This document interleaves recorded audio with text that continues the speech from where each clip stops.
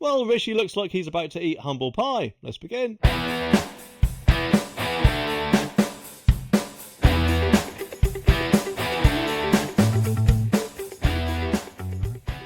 Apparently, according to this article, he might want someone back. And just who do you think that might be in the run-up to an election? Surely that would be someone who is very good at campaigning and voters like. So who is that? Who's the number one person you might think is good at doing that? It is, of course, Boris. And according to this article, Rishi Sunak apparently opens the door for Boris Johnson to make a dramatic political comeback. So what's he done? Well, apparently the Prime Minister, or the unelected Prime Minister as I like to call him, has told ITV that he is in contact with his predecessor, but one, as in Boris, and did not rule out giving him a major job. And tells, get this, of his pride of their time working together. Well, pride, I wouldn't exactly call it that, Rishi, if you set up a website in December 2021 when you were, of course, the Chancellor, saying ready for Rishi. Presumably, of course, you would think that, if anything, that would be to try and replace the person you presumably had pride working together with, eh?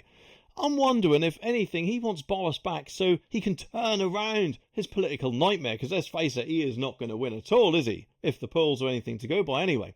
The Prime Minister admits there are well-documented differences between them, but he revealed he talked to his former boss a few months ago. Well, let's just remember when that few months ago might have been. I personally think, obviously I could be wrong, but I personally think that was when Rishi came up with this Windsor Framework deal, or surrender deal as I like to call it, because it shackles us to the EU in my opinion, or shackles Northern Ireland, which means that we'll be shackled with it as well, because Northern Ireland presumably would kick up quite a fuss if we go our own separate way with our own regulations or whatever, and they can't. And personally I wouldn't blame them for that, and that unfortunately is why I think Rishi has shackled us to the EU. And know that, of course, when Labour get in, because let's face it, it's going to happen, isn't it? They will keep us line in line with the EU, won't they? You just see it happening, can't you? Apparently asked if he had the ex-PM back in his cabinet, Mr Sunak said, "I'm proud of the work we did together, and we worked well together for a long time," till the knives come out, eh, Rishi? In the end, there are, well-documented differences. And allies of the former Prime Minister welcomed the possibility of him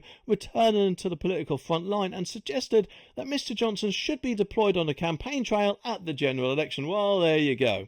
Sir Jacob Rees-Mogg said Boris is the Conservative Party's most effective campaigner, so his support would be a Tory tonic. Conservative MP Paul Bristow says it seems as if the Prime Minister also thinks we should bring back Boris, but unfortunately not in the way we're thinking. It does make me wonder though, if Rishi does bring Boris back, what sort of role he'd give him in the cabinet. Surely if anything, Boris would overshadow everyone in that cabinet, including David Cameron and of course Rishi. It just makes me wonder if the Conservatives do lose in the next election, which obviously they're predicted to do so by quite a margin, if Rishi would then resign the next day and then Boris would then put himself forward to become the next leader, which if anything you'd think would make quite a bit of history, wouldn't it? Pressed on whether Mr Johnson could make a return, the PM responds, "Well, I never talk about these personal things, but look, I speak to him on occasion, probably when I guess you want a bit of advice, eh, Rishi?